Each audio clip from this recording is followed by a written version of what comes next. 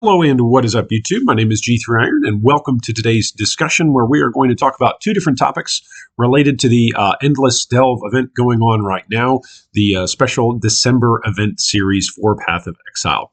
So this poster posts and says, Endless Delve makes me wish there were alternate leveling areas other than the story. I'm having the best time down here. It'd be great if you could choose something like this regularly. If it's because of how much time and effort was put into developing the story, then allow it if your account has beaten the story X amount of times. I'm even good with 100 if that's what it took. I think most of the regulars have come close to that already. Allowing choices would greatly increase my playtime. As it is right now, I do 2 characters on average 3 tops, and I quit if I get bored of them. I'd be easily making 4 to 5 if I could delve till I got a decent enough character to do endgame. This is by far one of the biggest talking points in Path of Exile to date, is alternate leveling methods. It was a big talking point even before 3.0 and the fall of Oriath. It's one of the reasons why we got the fall of Oriath in 3.0, and I think it's one of the reasons why Path of Exile 2 is in development in the way that it's in development right now.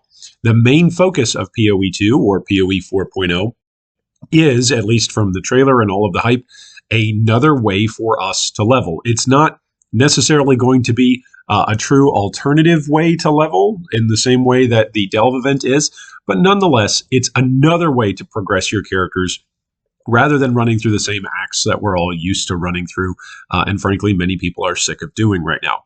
The caveat here in the pushback is it really relies on the argument about playtime. A lot of different players seem to think that grinding gear games will cave on the concept of playtime if for some reason some players are allowed to jump past it. Past it being the story progression of a particular character. And I think this is either players don't quite understand where grinding gear games is coming from, what they hope for the game, what they want for the game. Last year, at this point in time, same point in time of the year, I was a big voice clamoring for as many of us as possible to play the Endless Delve event. That was 2020 Delve. When they announced this as an alternative leveling sort of endless story mode, it was something that was very cool, something very exciting. And I made the argument, hey, we all should play this to put our money where our mouth is, as it were, to demonstrate players' desires to level characters using alternate means. And for better or for worse, grinding gear games has not included over the last year Delve as an alternative leveling option, as a true full-on just level your character in Delve. That's not available when new leagues are released. It's not available in Standard. It's not available anywhere except during these special Delve events. So what does that mean? Well, for one, I think if it is going to be implemented, if we are going to get truly an alternative leveling method, then for better or for worse, it's probably going to come with POE 2 or 4.0. Maybe this is all testing for that. Oftentimes, grinding gear games likes to test their own systems and use leagues and special events in order to do that. So maybe if you want to be an optimist, you could say, well, this is all testing for POE 2, and we're going to get alternative methods of leveling there.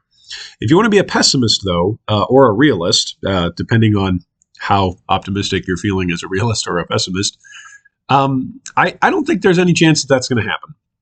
And here's why. Most of the work that's been shown and teased has been, and so we can assume much of the work that's going on behind the scenes, is on developing an alternative leveling campaign for POE 2. So if that's where all the work and all the effort and all the time and all the resources are going into, why would years of development, years of art, years of coding, years of planning, years of executing those plans, why would all of that get thrown out just so that way folks can alternatively level with Delve? Even if it is that once you've leveled up 100 times, let's say, as the poster posts here, I just don't think that's in grinding gear games' best interests from their perspective. I'm not saying that that's not good for us as players, for many of us as players, we would love to have an alternative method. And I still think we should put our money where our mouth is and demonstrate to grinding gear games that there's a lot of players who want to level with an alternative leveling style. But this is one of the reasons why I've changed my tune a bit over the last year. Last year I was really hoping, hey, maybe in the upcoming year, if things go well with the Delve event, maybe we'll have an alternative leveling system, and that would be really, really cool to have access to. And then maybe all of 2021, or at least part of 2021, instead of leveling through the 10x story campaign, maybe you have to level one character each league or two characters each league or however many, as the example has said here on this particular post. And then eventually you can just jump right in. And that just has not come out. The tech is there, right? The event is up. They like the event enough to rehost the event this year and to say, hey, this is going to be our special December event again this year, at least a part of the series of special events. So I don't see it happening before PoE 2. And frankly, I think a lot of our hopes for what Path of Exile could be as a game are getting hung on PoE 2, and probably not all of them, well, all of them definitely won't come into being once PoE 2 is released. So, and this is just one of the ones that I just don't see it happening. If they've spent years developing a second campaign for players to level through and progress through, I don't see it happening. And again, on the playtime issue, it's tricky because on the one hand, you say, all right, well, if I've leveled 100 characters through the, I'm throwing that out there because that's the number this poster has used. If I've leveled 100 characters, then couldn't I use the alternative system? And while that's true, maybe you could, and maybe you still would play. Think of all of the players who, once they reach that threshold, they actually, Grinding Gear Games loses out on a lot of that playtime. If it takes the average player, I don't know, throw out whatever number, it doesn't matter, whatever number is X. It takes the average player X number of hours to progress through the campaign. That player then needs to spend X number of hours in maps or on their end game character just to get equal returns in terms of playtime. And then on top of that, we don't have any data related to money, which, remember, Grinding Gear Games is a business and is a company and needs to be able to pay its workers and pay its employees and be able to put forward future projects, which requires resources. So just in terms of time on task and players' time engagement, that right there alone, we could say, well, if it takes 8 hours or 16 hours or 100 hours to level a character through the story campaign, sometimes it feels like 100 hours. But regardless, however many hours it takes you to progress, you're going to need to put that many hours into your endgame character. And we know a lot of players who play Path of Exile don't even ever make it to maps, which I think is a check mark actually in the box for alternative leveling once you've leveled up so many times, right? If you've leveled up so many times, you've given your commitment to the game. The game knows it's going to keep you as a player. So I think that's a pretty fair counter argument. But this is a discussion point that comes up pretty much every year now. And so I'd love to hear your feedback, your thoughts on this first particular topic. Okay, so our second topic today, our second post, comes from another user on the POE subreddit, and it's titled, Endless Delve Made Me Realize How Much I Hate Content Gated Behind Resources. The temporary Endless Delve event is so much fun that I don't like playing my old Scourge character because I ran out of Sulfite so fast. I get that it's easy to farm Sulfite, but sometimes I just want to spend 6 hours in Delve and farm the ever-loving heck out of it because it's fun.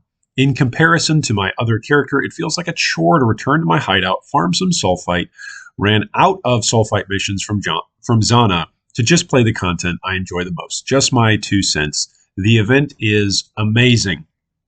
All right, so this goes back to a long-standing issue, again, in Path of Exile, where players just want to interact with the content that they enjoy playing. The game has improved in this area vastly over the last several years. Many of you will remember that I love synthesis, that there are many of us, hi out there, those of you who love synthesis. There are many of us who loved synthesis and who loved all of that was Path of Exile right around synthesis. And we also got, right around that time, a flashback league where we had these league stones and you could essentially plump in. They were kind of like scarabs before scarabs. You could plump in the sort of content that you would want to interact with via these league stones in particular zones and maps and encounters. They were basically, precursor to scarabs. Okay, so prior to that, we as players did not have what many inside game development call agency. We did not have much agency as players, much choice, much power or authority, exercisable authority over what style of content we interacted with. You would boot up a map. Yes, you could roll the map, but it was mostly RNG dependent. Since then, we have gotten just a lot better options across the board about what styles of content we would like to interact with, which is really great. That's a really, really cool and beneficial thing that we've gotten, especially since scarabs were introduced. And now more and more targetable content is an achievable thing. I am with the poster in this complaint that yes, stuff that's gated behind resources can be a bit of a bummer, but similar to the argument about leveling characters and the amount of time on tasks that's spent, and supposedly players would spend so many more hours playing the game if they didn't have to level new characters. Well, the same thing is actually kind of true from a game design perspective, at least from what Grinding Gear Games has argued over the last several years, which is if the content you want to play is just available to you all the time at zero cost, one, you may not interact with any other portions of the game, which really isn't that big of a deal, but you might actually burn out faster. And this was a big argument in the League of Legends days, where League of Legends used to have Earth mode that would be available occasionally. And the data that League of Legends came out with said that players who played Earth mode basically wouldn't go back to the rest of the game because they enjoyed Earth mode so much. And so Earth mode was actually bad for the overall player retention of League of Legends. For those of you who aren't League of Legends players, I realize that I just used a whole bunch of language that you cannot necessarily connect with.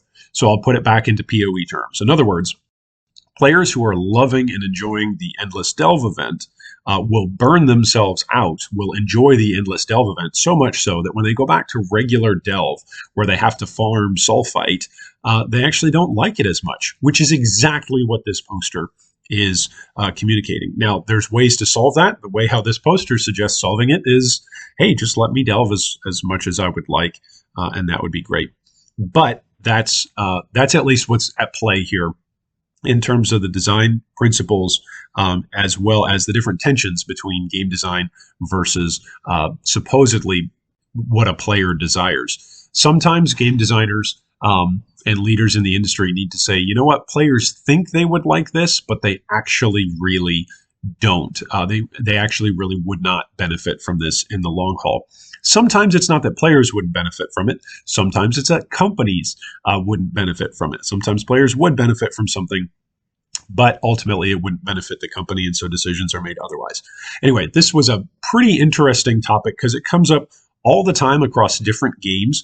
And honestly, even outside of game spaces and all sorts of different businesses where customers desire for a particular outcome or for a particular convenience to be made available to them. And the research and the data simply shows if that convenience is actually added and made available to them, it actually hurts the bottom line of the company.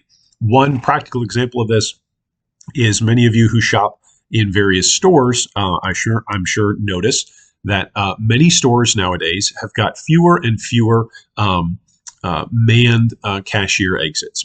Many stores nowadays are using more and more self-checkout options, using your own self-scan option to leave a store with the items that you've purchased and scanned for yourself. Oftentimes, especially in bigger stores, you can simply have more checkout scans available, more checkout options for people, and you can only pay one or two people to man those multiple different checkout options, as opposed to paying an employee to essentially station each and every individual human manned checkout option. And so while you may say, hey, I enjoy actually having the interpersonal interaction, I like actually having a person there to make sure that all of my items get checked out, and to make sure that if anything goes wrong, there's a person there to work with me. rather than just a robot or a screen that tells me error or whatever is going wrong with the checkout. The data from the company side still suggests, look, we can save money by not paying as many people. We can get more people through the checkout line faster. And ultimately, that is a good thing for the company, even if it comes at the expense of some customer service satisfaction, where you're having to stand and wait for a few moments for an attendant to actually come and help you if there's a problem, as opposed to just always having an attendant or a worker who's available to you there. That's just one example, one real world example of how decisions get made sometimes to the detriment of some portions of what we would call the player base or the consumer base. But these sorts of things happen all the time, whether it's in gaming, whether it's shopping at the store, or whether it's in other places. And it's one of the reasons why I enjoy games so much, because you can talk about some very serious real world implications sort of stuff. And you can put it into a virtual space where there's maybe less implications, less risk, and you can kind of see how it is that it plays out. Anyway, hopefully this was a helpful discussion to you all to see these two topics. I'd love to hear any comments that you've got down below, and I look forward with interacting with each of those comments. And I hope that today is not the day that a Mirror of Calandra drops for you in the Endless Delve Voided event, because it'll be voided. So just wait for your mirror to drop in a non-voided event.